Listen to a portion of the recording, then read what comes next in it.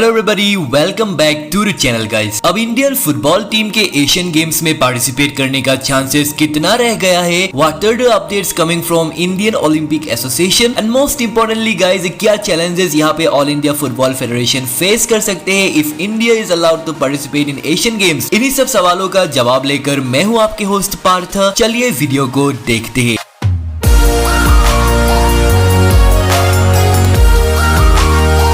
तो सबसे पहले गाइज, आप लोगों के ट्वीट्स, आप लोगों के प्रोटेस्ट की वजह से आईओए यहाँ पे मजबूर हो गए इंडियन फुटबॉल टीम का एशियन गेम्स में पार्टिसिपेशन का प्रस्ताव स्पोर्ट्स मिनिस्ट्री को भेजने के लिए। जी दोस्तों, कुछ दिन पहले जब पीटी उषा के प्रेसिडेंटशिप में इंडियन ओलंपिक एसोसिएशन ने फुटबॉल टीम को नजरअंदाज करके एशियन गेम्स के लिए अलग अलग स्पोर्ट्स का पार्टिसिपेशन को स्वीकार किया था, आईओए ने इंडियन फुटबॉल को एशियन गेम्स डिजर्विंग नहीं समझा था। लेकिन अब दोस्तों सिचुएशन बदल चुके हैं। अब गाइज इस न्यूज के बाहर आने के बाद जो रिवॉल्यूशन इंडियन फुटबॉल फैंस ने दिखाए, जो प्रोटेस्ट यहाँ पे इंडियन फुटबॉल फैंस ने किए, और यहाँ पे इस प्रोटेस्ट में सिर्फ आप और हम जैसे फैंस शामिल नहीं थे, इंडियन फुटबॉल टीम के हेड कोच इगर स्टिमाच भी आगे आए, प्राइम मिनिस्टर को यहाँ पे टैग किया गया और आखिरकार आज हमें ऐसा अपडेट सुनने को मिल रहा है, आईओए ने इंडियन फुटबॉल टीम के पार्टिसिपेशन को स्पोर्ट्स मिनिस्ट्री तक फॉरवर्ड किया है। दोस्तों आश्चर्य का बात यह है कि ये सब उस मोमेंट्स पे हुआ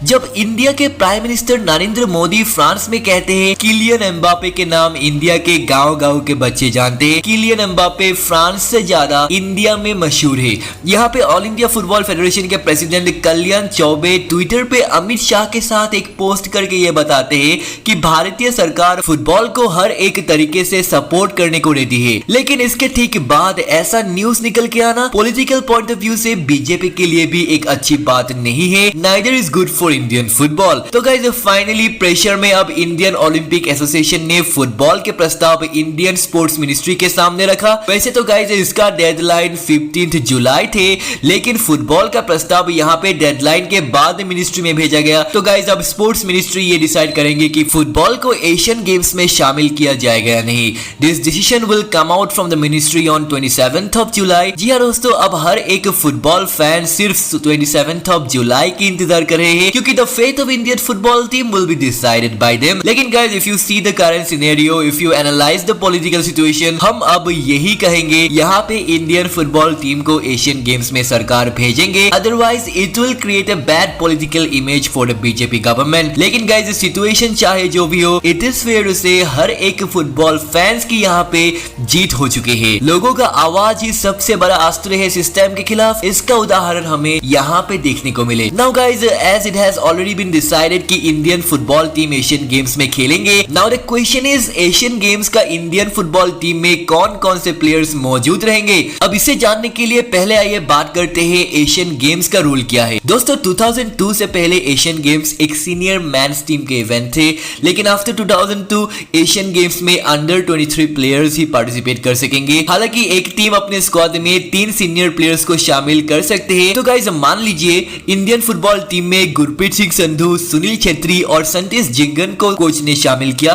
तो गाइस अब बाकी के प्लेयर्स अंडर 23 लेवल के होंगे, मतलब उनका एज 23 इयर्स से ज्यादा नहीं हो सकते। तो यहाँ पे गाइस हमें ये देखना पड़ेगा All India Football Federation Asian Games के लिए किस किस को भेजेंगे, क्योंकि there is a lot of problems in front of All India Football Federation. When you talk about All India Football Federation, अभी कुछ दिन पहले ऐसा न्यूज निकल के आ रहे थे, ऑल इंडिया फुटबॉल फेडरेशन यहाँ पे ऑल अंडर 23 प्लेयर्स को ही एशियन गेम्स भेजने की सोच रहे हैं, और इस स्क्वाड में अमरजीत कियाम जैसे नाम शामिल है। Now guys when we talk about Asian Games, यहाँ पे भी मोस्ट ऑफ द टीम्स अपने अंडर 23 प्लेयर्स ही भेजेंगे। तो डेफिनेटली मैचेस के क्वालिटी में बहुत बड़ा डिफरेंस हमें देखने को मिलेंगे। 2018 के एशियन गेम्स में हमने देखा था कैसे यूमिन सन ने साउथ कोरिया को एशियन गेम्स के गोल्ड मेडल जितवाया था, और इसी के साथ ही escape the military duty for his country. तो गाइस एशियन गेम्स को ये कंट्रीज इस पॉइंट ऑफ व्यू से देखते हैं। फिर भी कहा जाए तो इस टूर्नामेंट में टीम इंडिया को काफी सारे क्वालिटी मैचेस मिलेंगे, which will bring a great exposure to the team. लेकिन guys from the medals point of view guys, यहाँ पे इंडिया का चांसेस और भी कम हो जाते हैं, क्योंकि अब यहाँ पे ये देखने लायक होगा टीम इंडिया के स्क्वाड में एक्चुअली किस किस को जगह मिलते हैं। दोस्तों याद रखिएगा, एशियन गेम्स के मैचेस सितंबर में आयोजित होगा। जी हाँ, 19 सितंबर से 7 अक्टूबर तक ये मैचेस खेले जाएंगे। और जो खबर अब आईएसएल को लेकर निकल रहे हैं, आईएसएल के मैचेस सितंबर के लास्ट से शुरू हो जाएंगे। और गाइस, अगर आप इंडियन फुटबॉल टीम के कुछ टॉप रेटेड अंडर 23 प्लेयर्स की बात करें तो guys, this players hold a good position in their respective club. जैसे नावरे महेश, आकाश मिश्रा, इन प्लेयर्स को आईएसएल से पहले क्लब रिलीज करेंगे या नहीं, दैट्स अ बिग क्वेश्चन, क्योंकि गाइस इन क्लबों के पास फुल अथॉरिटी है अपने प्लेयर्स को रिलीज ना करने का। फीफा के रूल्स ये नहीं बताते हैं कि एशियन गेम्स के लिए हर एक क्लब को प्लेयर रिलीज करना ही होगा।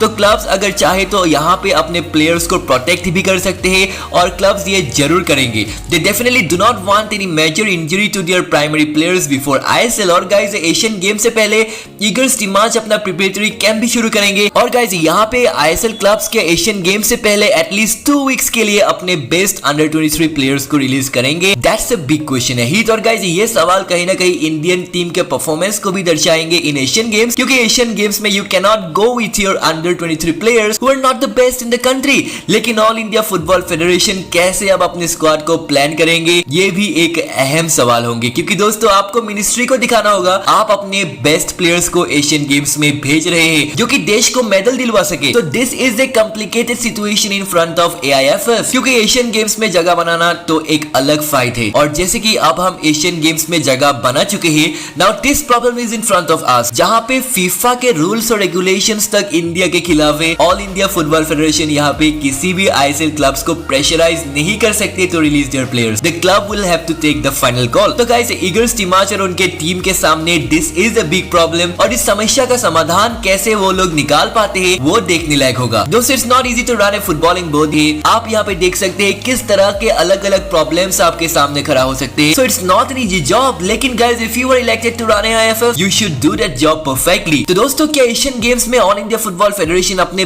बेस्ट अंडर 23 प्लेयर्स को भेज पाएंगे? क्या गाइस, फीफा के रूल्स जो कि किसी एशियन गेम से पहले प्लेयर्स रिलीज करना अनिवार्य नहीं बताते हैं, तो क्या इन नियमों के खिलाफ आईएसएल क्लब्स अपने मोस्ट इंपोर्टेंट प्लेयर्स को एशियन गेम्स के लिए रिलीज करेंगे? What do you think regarding this? Do let me know your opinion in the comment section guys. इसी के साथ इस वीडियो में फिलहाल के लिए इतना ही। मिलते हैं अगले नई वीडियो में। Until then, stay safe, stay healthy. अलविदा।